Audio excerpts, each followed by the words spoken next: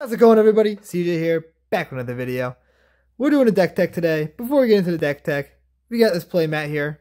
It's signed by me. You know you want this playmat. It's a pretty cool playmat. If you want this playmat, you can try to enter to get it. There's a giveaway going on. It'll be linked down below. Just gotta watch the video and you can figure out how to do it. It's pretty simple.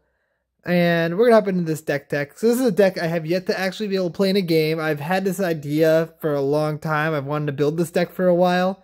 And I finally pulled the trigger on it. And I'm very excited to actually be able to play it, but I haven't had a chance to yet. And we're just going to roll with it as is. I'm just going to go through it right now so you guys can see what it is. It'll end up being in a future video as soon as social distancing is done, so that way we can actually record a paper game.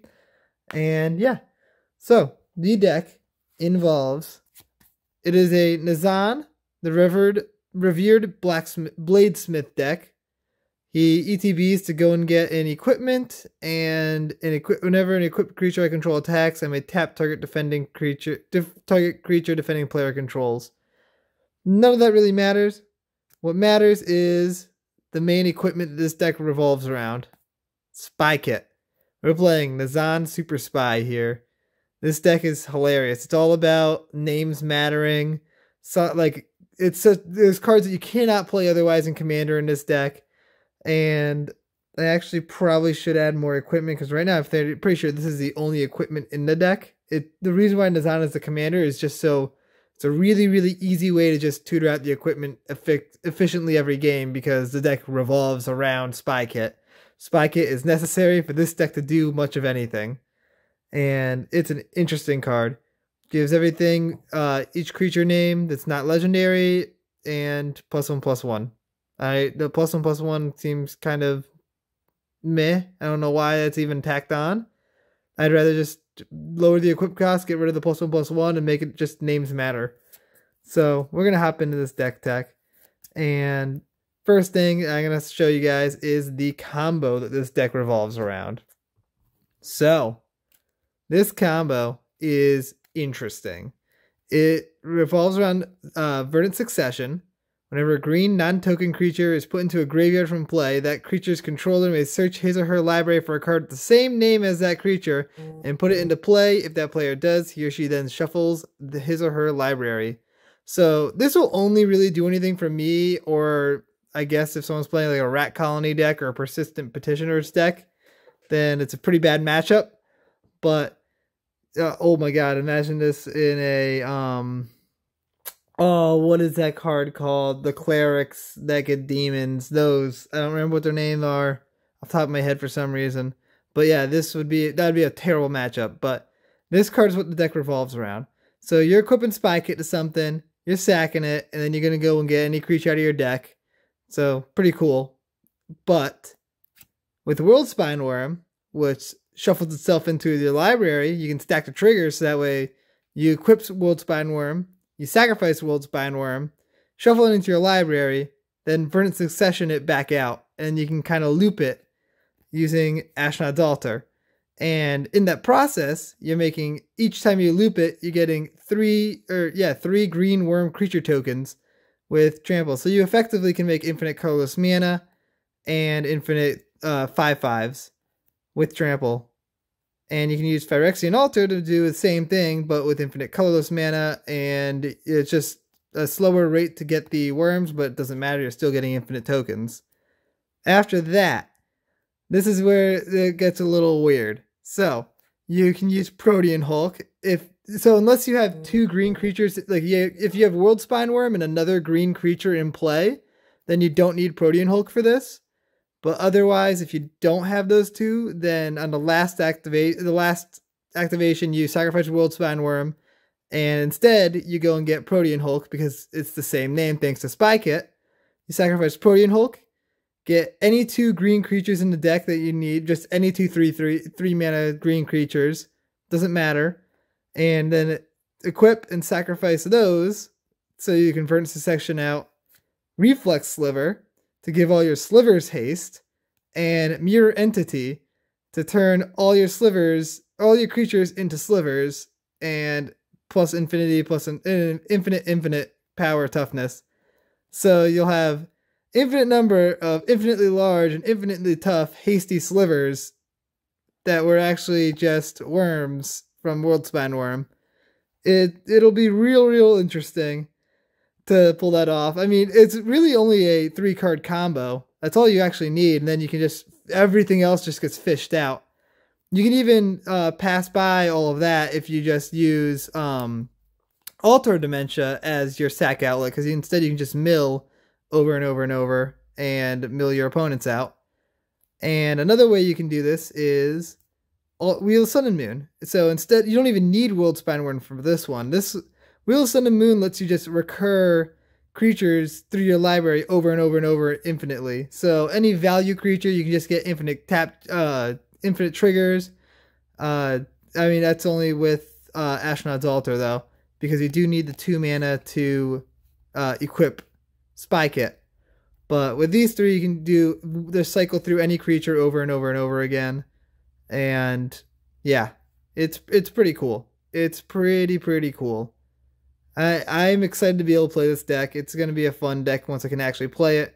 But yeah, this is the game-winning combo of the deck.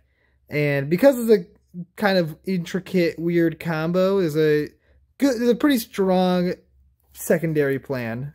This is actually just an on-theme plan here.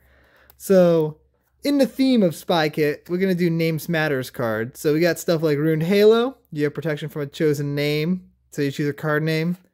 Winnow. Destroy target non-land permanent. If another permanent with the same name is in play, draw a card. So you can equip Spy Kit, and it's 2 mana, destroy any creature at instant speed and draw a card, which is disgusting. Pithing Needle. You can just another name thing to nullify any activated abilities. Phyrexian Revoker, same thing really. Cornered Market, this one's really good. So you equip Spy Kit, and suddenly players can't cast spells or non-basic lands with the same name as a card. So players can't cast any creature spells after that because you have a creature with all creature names. Nevermore, just another name-themed card. Named card can't be cast. Bifurcate. This card just goes along with the bonus plan of value stuff. Search your library for a copy of target creature card and put it into play. So Spy Kit something, and then you can just tutor anything from your deck into play. Declaration in Stone becomes a board wipe, really. Or creatures its control. Wait. Exile target creature and all other creatures its controller controls the same name, and then they investigate. So you're typically not actually going to be able to board wipe with this, but it's more like a just spot removal, but it just fits the theme, so it's kind of just in the deck. Pack Hunt. Search your library for up to 3 copies of target creature, reveal them, put them into your hand, and shuffle your library. So just tutor any 3 creatures out of your deck and put them in your hand. Not too bad. Power Stone Shard. It's a mana rock that just fits the theme. That's the only reason it's in this. Pattern Matcher also fits the theme. You may search your library for a card with the same name as another creature you control, so it's just a tutor. Remembrance. Whenever a non-token creature you control is put into a graveyard, you may search your library for a copy of that creature card. If you do, reveal the card and put it into your hand, shuffle your library afterwards. It's just kind of a bad version of Succession, but I mean, it's still good. Whenever a creature you control dies that's equipped to Spy Kit, you can just tutor out any creature. And that's an enchantment, so that's very solid. So that's what we got for on-theme cards. Now I'm going to go through the secondary plan, which includes Birthing Pod. It's kind of just like value stuff, using Birthing Pod to move through stuff. And Eldritch Evolution, same thing, just to kind of dig through your deck. You're going to have a lot of stuff entering the graveyard. There's a lot of recursion in this deck, so you're going to be able to really cycle through stuff. Heliod's Pilgrim. This can fetch Spy Kit if necessary. Or this can't. Yeah, not Spy Kit. This fetches Wheel of Sun and Moon, and that's, I think, about it. But I mean, Wheel of Sun and Moon is kind of an important piece to the deck. Fiend Hunter, solid exile, solid removal piece. Night of Autumn, good way to destroy, like, just very multifaceted. It can do a lot of different things. It can help you in different situations. Just a solid card. Arasta of the Endless Web, another just solid creature that creates dudes with reach. It's just a very good blocker and very good at protecting yourself, because You're going to need some protection with this deck, and it just benefits off your opponent's casting stuff. Woodfall Primus, a great one to loop. Just blow up all your opponent's permanents, and except for their creatures. Very, very powerful in this deck, especially because of the persist. Runic Armasaur, just value creature, just get you card draw. Alms Collector, more card draw, just value. Acidic Slime is another good removal card to loop. Fierce Empath, just a nice tutor, can get you Protean Hulk, it can get you Woodfall Primus, can get you a couple things. It's just solid. And Corsair Crewfix, just because it's just a nice card. It's a good card. Gives you card advantage and life gain. Next up, we're just going to talk about the good cards in the deck. Just kind of generically good cards. Open the Armory. You can get Spy Kit. You can get Wheel, Sun, and Moon. So, two very important cards to the deck. It's a good card to have. Enlightened Tutor can get any enchantment, including Verdant Succession. Same thing with Idyllic Tutor. Both those can get us our combo pieces. Aura Shards, just very, very powerful card. Very good value in the deck. We're going to have a lot of creatures entering the battlefield, so we'll have a lot of triggers. Smothering Tithe, it should be in every single white commander deck. Every single one should run Smothering Tithe, except like very, very niche situations. Winds of Abandon is just one of my favorite board wipes out of recent history. It's really nice. Being able to one-sided board wipe all your opponents. Just Path to Exile everything for 6 is solid. And Eladamri's Call, just another tutor to get whatever you need in any situation. Next up, we're going to talk about the Recursion in the deck, because Spy Kit is super necessary for this deck to function, and along with a couple of the other enchantments. So you're going to need a ways to get them back from the graveyard, because they're going to get blown up. Skullwinder's solid. It's basically Eternal Witness, but a little worse. Eternal Witness is solid. It's basically Skullwinder, but better. Regrowth, just Eternal Witness on a spell. Return target card from your graveyard to your hand. Sevine's Reclamation, it can get back Spy Kit. You can get back some of our smaller creatures. You can get back lands. Can you get back Sun and Moon? Is that a 3-drop? You can get back Sun and Moon. That's a 2-drop, and get rid of all of our sack outlets. It brings back most of the pieces that we really need, which is really, really nice. Argivian Find, just a good way to get any artifact or enchantment out of the graveyard, because this deck revolves around them. Rift Sweeper and Pull from Eternity, because we really need Spy Kit, and if someone tries to exile it, we need a way to get it back. Rift Sweeper's the ideal way, just because of the fact that we can easily cycle into it using other stuff in the deck. And Reap, just a really fun little regrowth at instant speed for a number of black permanents target opponent controls, which is a very, very solid card. This card is underplayed. I'm running it in like 4 decks right now. And yeah, now we'll talk about ramp. So kind of just generic ramp for the most part. Moss Diamond, Cultivate, Avacyn's Pilgrim, Soul Ring, Sky Shroud, Arbor Elf, Selesnya Signet, Search for Tomorrow, Wood Elves, Springbloom Druid, Arcane Signet, Kodama's Reach, Fabro Elder, and Wild Growth. And we'll go through the non-basic lands. We got Bountiful Promenade, Horizon Canopy, Selesnya Sanctuary, Stirring Wildwood, Command Tower, Crow's Verge, works as ramp. Windswept Teeth, Hall of Heliod's Generosity. This one's key just because we can recur our enchantments. Spire of Industry, because we're almost always going to have Spy Kit in play, so it's basically just a City of Brass that's better, because it can tap for colorless. And Inventor's Fair, because it can help us fetch for City of Brass or Spy Kit if we need it. And otherwise, it's just a little life gainer if we have enough artifacts, which with rocks and Spy Kit we should. And yeah, they also can get Birthing Pod, which is nice. And for basic lands, I'm just running foily Theros lands because I had them and I didn't have a deck for them, so they fit into this. So that's what the deck looks like. I'm gonna cut away for a second and show you guys the mana curve. So here we got the mana curve. That was a pretty quick cut, right guys? Very fast.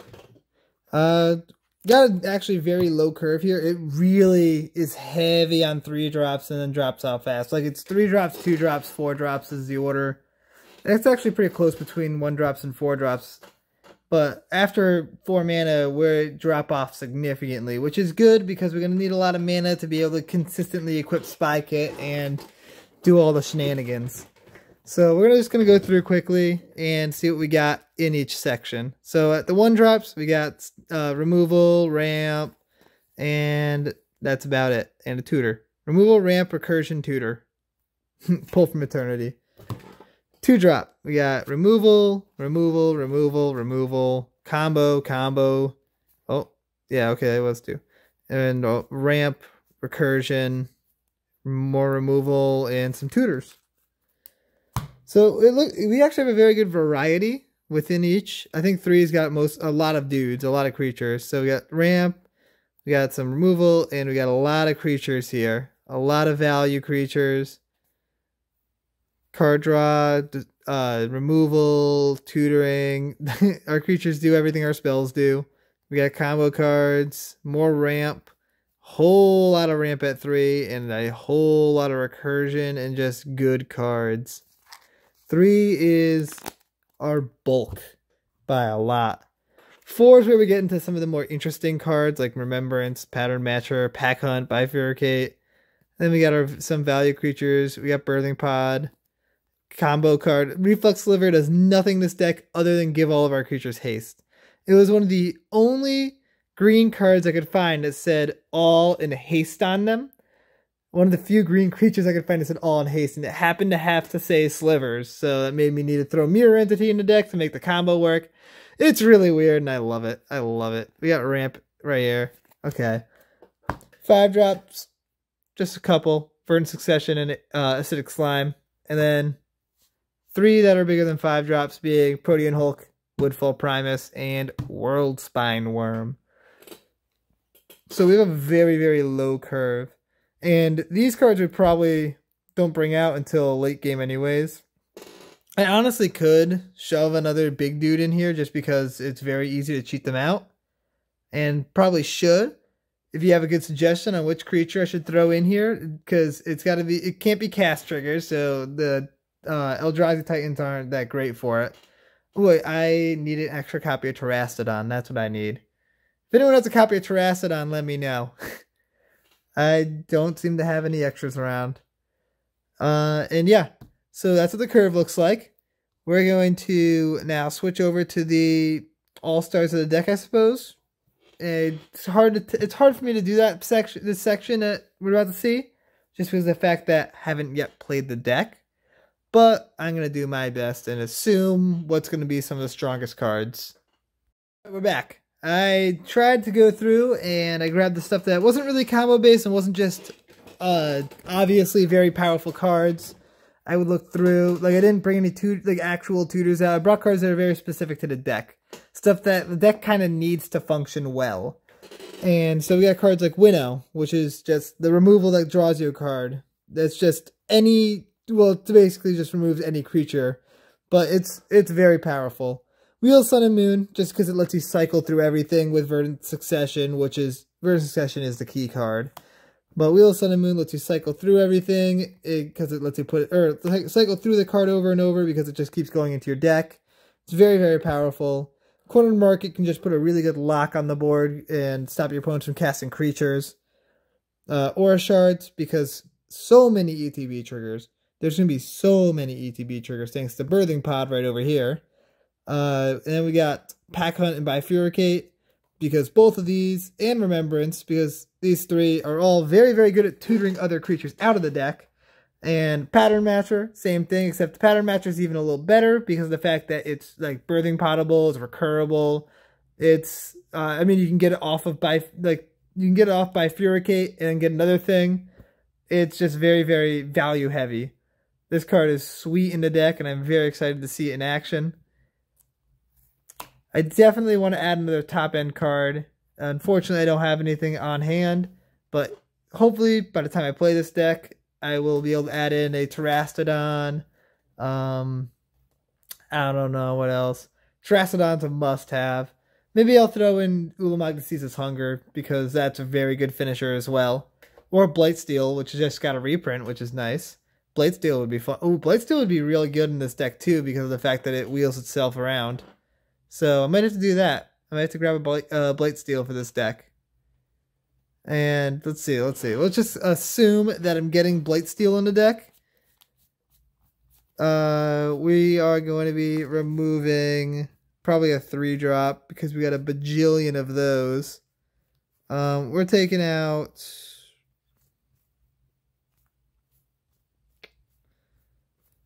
I'm thinking Heliod's Pilgrim, but getting Wheel Sun and Moon is so key.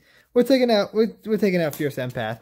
Fierce Empath is out, and Blightsteel Colossus is in. You heard it here first, folks. That's a thing now. Blightsteel is in. And yeah, so if you guys enjoyed this deck, if you guys enjoyed the deck tech, let me know in the comments down below. I love to hear from you guys. If in the background of my videos, you'll often see a big wall of decks. Just any specific deck from that you can pick out and you want to see, just comment down below and I'll definitely throw a video together for it. Pretty soon I'll do a video that goes through all my decks really generally. Just do like a little, I forget the wording was. But a good view of all my decks. Especially because I'm going to have a couple more in the next coming weeks, because all the Ikoria stuff is coming in. And gotta build Zaxara, maybe. I might build Zaxara and take apart my Marith deck. I'm definitely building Calamax, so that's going to be fun. So yeah, subscribe to the channel. Check me out on Patreon if you really want to support the channel. If you want this beautiful playmat, make sure you check out the giveaway, which will be linked down below. And we will see you guys next time. Peace out, everybody.